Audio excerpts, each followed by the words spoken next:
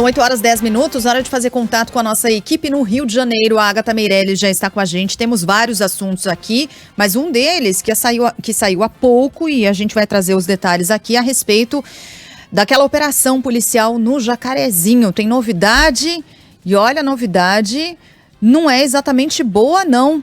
Porque o que vinha sendo investigado até aqui, talvez a gente não saiba tão cedo, porque tem sigilo a respeito dessa operação. A Agatha Meirelles vai contar tudo pra gente. Bom dia pra você, Agatha.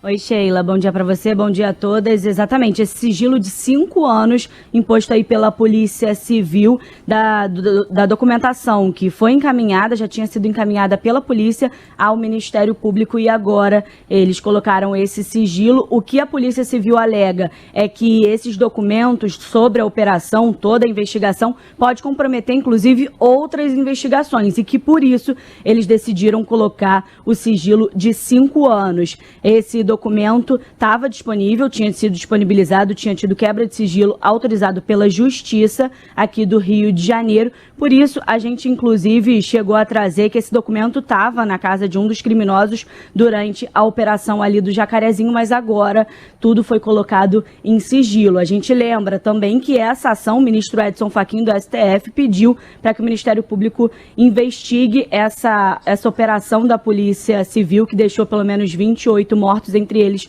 um policial civil que estava ali na operação. Esse julgamento do STF, que tinha previsão para terminar no dia 28, agora paralisado porque o ministro Alexandre de Moraes pediu vista do processo, então não tem previsão para esse processo ser retomado lá no STF. O ministro Edson Fachin já votou, inclusive, pedindo que o MPF investigue essas operações aqui no Rio de Janeiro. A gente lembra, só para contextualizar para o ouvinte que não é do Rio, desde o início da pandemia, uma decisão do STF restringe as operações aqui na capital fluminense e no estado também. Isso porque muita gente durante a pandemia ficou dentro de casa. E aí, depois da morte do menino João Pedro, o STF acabou restringindo, então as operações só podem acontecer ou em casos excepcionais ou quando avisadas previamente ao Ministério Público, que teria sido o caso dessa operação do Jacarezinho, Sheila. Escuta, mas a gente teve o governo do Rio de Janeiro se posicionando de forma assim muito clara e muito taxativa de que não havia nada a ser investigado,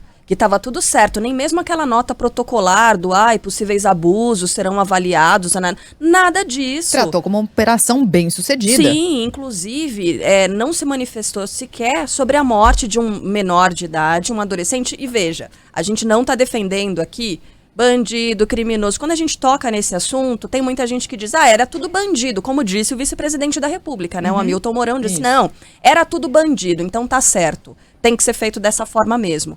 Gente, são 28 pessoas mortas, incluindo um policial civil. Um policial civil, sim. Foi a partir da morte desse policial, e eu me lembro muito bem, a gente estava aqui, e foi a partir da morte desse policial que a gente acompanhou esse número chegando e crescendo a todo instante de pessoas mortas. São pessoas que têm passagem pela polícia, são pessoas que já foram condenadas, é claro. E são pessoas que têm que passar novamente, ou deveriam passar novamente pela justiça para responder a eventuais novos crimes. E, inclusive, dentre esses mortos, além desse policial citado pela Ellen, tem também um adolescente de 16 anos. Quer dizer, e a operação, ela se justificava pela proteção aos jovens e adolescentes, as crianças, os adolescentes que estavam sendo aliciados para trabalhar para o tráfico de drogas, né, nessa região. E como disse, o governo do Rio de Janeiro não havia nada a ser investigado, não, ok, é uma operação normal. E por que, então, colocar os nomes desses agentes sob sigilo agora de 5 anos? O que isso quer dizer? O que é que isso faz pela investigação, pela segurança pública do Rio de Janeiro, não tem um efeito prático, a não ser evitar que as pessoas e a imprensa tenham acesso a esses dados, a esses nomes, e possa até tentar conversar com esses policiais para saber o que aconteceu. Não posso procurar um desses agentes como fonte, né, escuta, você pode me explicar como é que foi essa operação? Você quer contar? Então é isso. É no mínimo suspeito que esse, tipo de atitude seja adotada agora para proteger o quê? Estão escondendo o quê? né? Fica a nossa dúvida aqui e fica sempre aqui também a nossa manifestação a respeito dessas ferramentas que dificultam o trabalho da imprensa, porque é só para isso, aparentemente, que isso está sendo feito, né? E especialmente quando esse tipo de coisa acontece, é que acende um alerta maior ainda para que a gente não esqueça. Serve também para que a gente não esqueça de casos assim. Assim como a gente não esquece o que aconteceu no Ninho do Urubu, que é o nosso segundo assunto aqui com a Agatha Meirelles. A Justiça do Rio mantém ação contra 8 das 11 pessoas denunciadas em janeiro deste ano por aquele incêndio terrível no centro de treinamento no Flamengo, que deixou 10 mortos ao todo. 3 feridos, foi em fevereiro de 2019. A gente falou tanto sobre esse assunto aqui e como tudo demora nesse caso, né, Agatha? Conta pra gente os detalhes.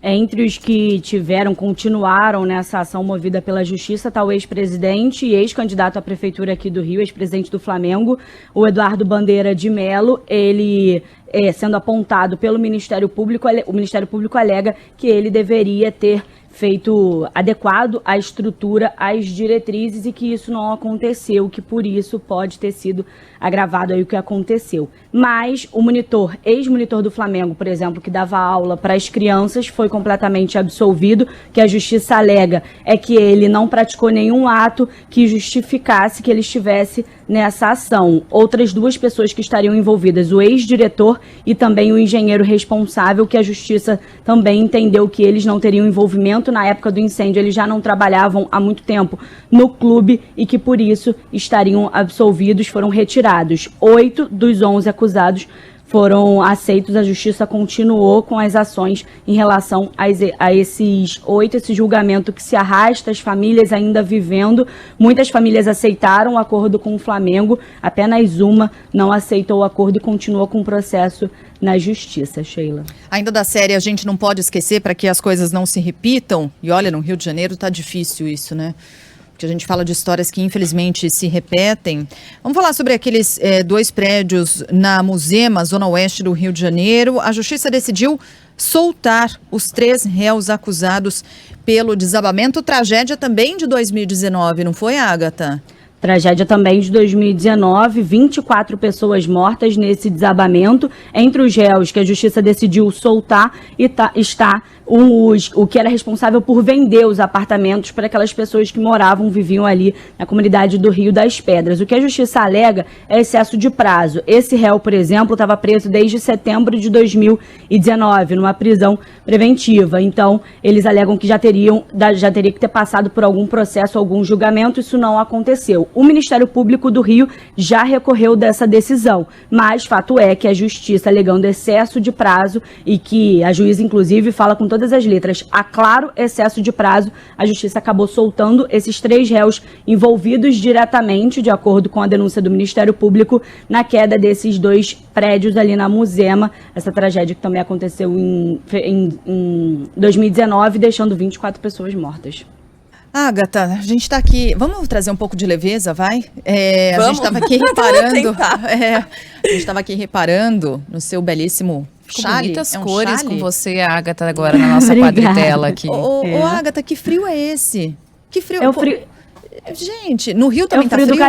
É o frio do Carioca. Não, tá sol, gente. Só que eu saio de casa por volta de 5h30 da manhã. Aí tava muito frio essa madrugada. É o que a Laura Ferreira fala pra gente. Outono, é a cara de outono, nariz de outono, tudo outono. Madrugada fria e durante a tarde 27 graus é a máxima pra gente hoje. Ontem eu faço natação, né? Ontem eu fui nadar, tava 22 graus, gente. 22 graus. Eu quase nadei de encharpe e casaco. Muito frio. Gente, é muita coragem fazer natação nesse frio. Não aguento não é pra mim não. Tá Carioca sofre com frio, viu? Então, a gente tá vendo imagens na nossa live do Rio de Janeiro. A Agatha tá com uma echarpe rosa ali, salmão, porque tá frio mesmo. Fez mínima de quanto hoje aí na madrugada, Agatha? Fez mínima de 17 graus. Pra gente é muito frio. É frio, pois é. É frio. Agatha, um beijo pra você, boa terça-feira, bom frio pro Carioca. A gente volta a se falar a qualquer momento. Tchau, bom trabalho. Tchau, meninas, bom trabalho.